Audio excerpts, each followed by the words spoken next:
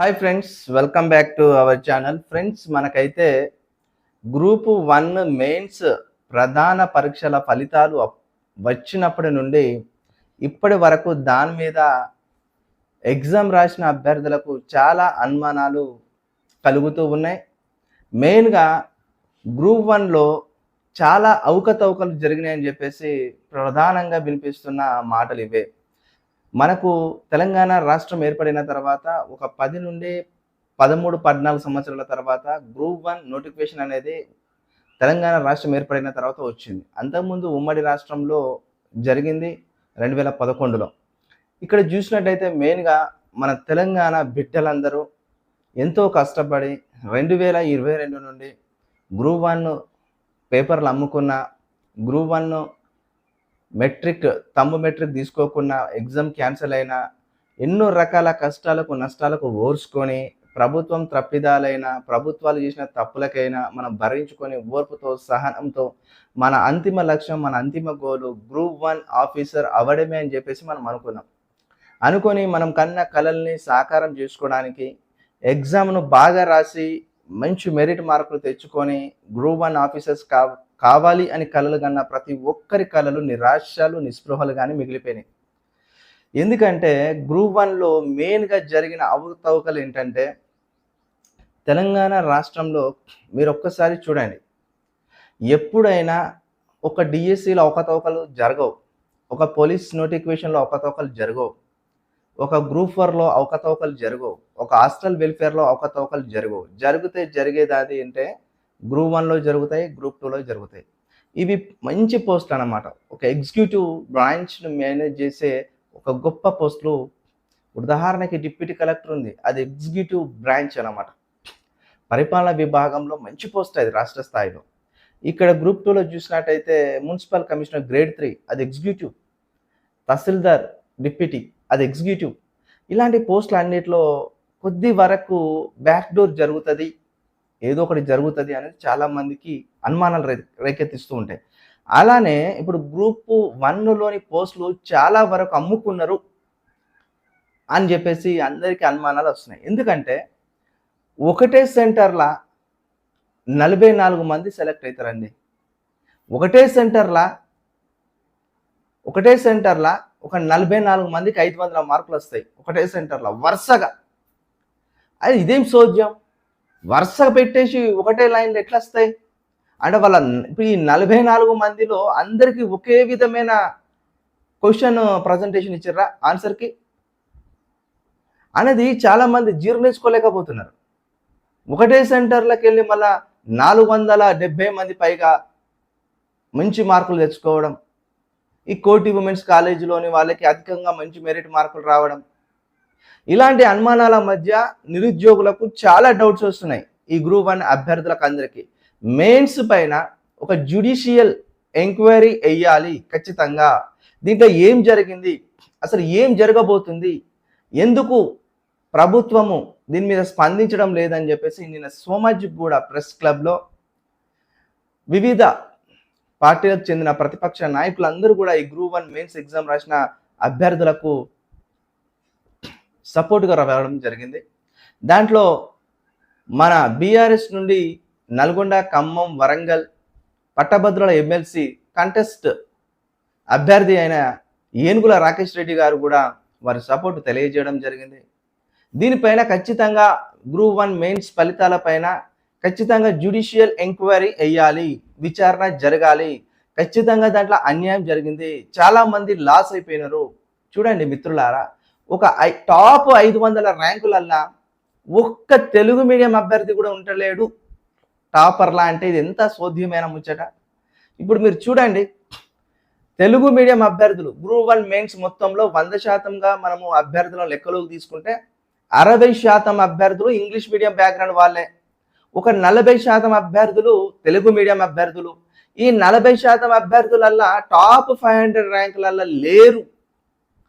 అంటే ఇక్కడ ఏమర్థమవుతుంది మీకు? తీసుకుంటే పేపర్ వాల్యుయేషన్ చేసే ప్రొఫెసర్స్ తీసుకుంటే ఇంగ్లీష్ భాషను ప్రామాణికంగా తీసుకొని ఇంగ్లీష్ చేత రాత అందమైన అక్షరాలకే ఎక్కువగా వెయిటేజ్ మార్కులు వేసినారు అని చెప్పేసి మనకు అర్థమవుతుంది. తెలుగు మీడియం అభ్యర్థులకు అన్యాయం జరగడానికి ప్రధాన కారణం ఏంది? వాళ్ళు తెలుగు మీడియంలో ఎగ్జామ్ రాయడమే వాళ్ళ పాపం అయిపోయింది. ఇది ఎక్కువగా ఇక్కడ చూడండి, ప్రతి డాటా మీరు పేపర్లో వచ్చే ప్రతి డాటా గమనించండి.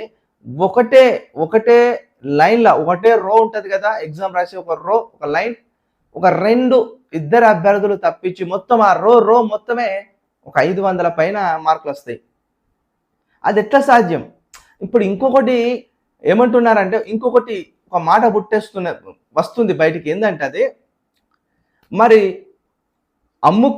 పోస్టులన్నీ అమ్ముకున్నవచ్చు. ఈ టీజీపీఎస్సీ వాళ్ళు ప్రభుత్వం పోస్టులు అమ్ముకోవచ్చు.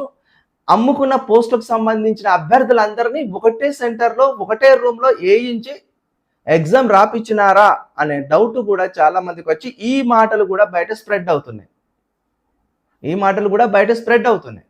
అందుకే చాలా మంది అంటున్నారు, పేపర్ను రీవాల్యుయేషన్ చేపియండి, లేక మళ్ళొకసారి ఎగ్జామ్ చేయండి, చూద్దాం. ఇప్పుడు చాలా మంది ఏమంటున్నారు, ఈ ఎగ్జామ్ పేపర్స్ అన్నీ 2023లో తయారు చేసినవి. ఇప్పుడు 2024లో మనకు అక్టోబర్లో ఎగ్జామ్ జరిగింది. అవి ఎప్పుడో పాత పేపర్లు అయ్యుండి కూడా చాలా హార్డ్గా వచ్చింది ఎగ్జామ్. మరి ఇట్లా 500 వరకు వచ్చినారు. ఒక్కొక్కరు 400లోనే ఆగిపోతారు అనుకున్నాం. 380 390 మార్కులు వస్తాయి అనుకున్నాం. ఇంత దూరం ఎందుకు తీసుకొచ్చారు అంటే, ఇప్పుడు టీజీపీఎస్సీ కూడానంట 3 దఫాలుగా వాల్యుయేషన్ చేసిందంట. ఫస్ట్ దఫాల ఎవరికి 500 మార్కులు రాలేదంట. అయ్యో, మనం మ్యాక్సిమంగా ఎంత వేయాలో అంత వేసినాము, మరి అయినా 500 దాటలేవు అని చెప్పేసి రెండో వాల్యుయేషన్లా వాళ్ళకు దిశానిర్దేశం చేసిందంట టీజీపీఎస్సీ చైర్మన్ బృందం. ఖచ్చితంగా ఇప్పుడు 300 మార్కులు 400 మార్కులు ఇలా వద్దు, చూసి వెయ్యండి అని చెప్పేసి అన్నారని ఒకసారి ప్రధాన దినపత్రికలో ఒక వార్త వచ్చింది. అంటే వాళ్ళు చేసిన వాల్యుయేషన్లో అసలు మెరిట్ అభ్యర్థులే లేకుండా పోయేంత కఠినంగా పేపర్ ఇచ్చినాం. మేము వాల్యుయేషన్ చేస్తే ఎవడు కూడా అంత సత్తా ఉన్నోడు కనిపించలే, ఎవడు కూడా ఆ క్వశ్చన్స్కి అంత గొప్పగా మరి రాసిన వాడు లేడు డిస్క్రిప్షన్ అని చెప్పేసి కూడా ఒక సందర్భంలో ఒక విషయం బయటకు వచ్చింది. ఏదేమైనా మిత్రులారా, మళ్ళీ చెప్తున్నా, నేను గ్రూప్ 1 రాసిన వాళ్ళందరికీ అన్యాయం జరిగింది, తెలుగు మీడియం అభ్యర్థులకు అన్యాయం జరిగింది. అదే విధముగా పల్లె ప్రాంతాలలో విలేజ్లో ఉన్న బిడ్డలకు అన్యాయం జరిగింది. కేవలము పట్టణాలలో చదివి కార్పొరేట్ విద్యను అభ్యసించిన బిడ్డలే ఈరోజు గ్రూప్ 1లో డిప్యూటీ కలెక్టర్లు, డిఎస్సీలు, ఆర్డీఓలు, ఆర్టీఓలు వస్తున్నారు చూడండి. అంటే ఏమవుతుంది, కమర్షియల్గా కార్పొరేట్ విద్యను అభ్యసించిన వాడే ఈ రోజున ఒక స్టేట్ ఆఫీసర్ అవుతున్నాడు గ్రూప్ 1లా.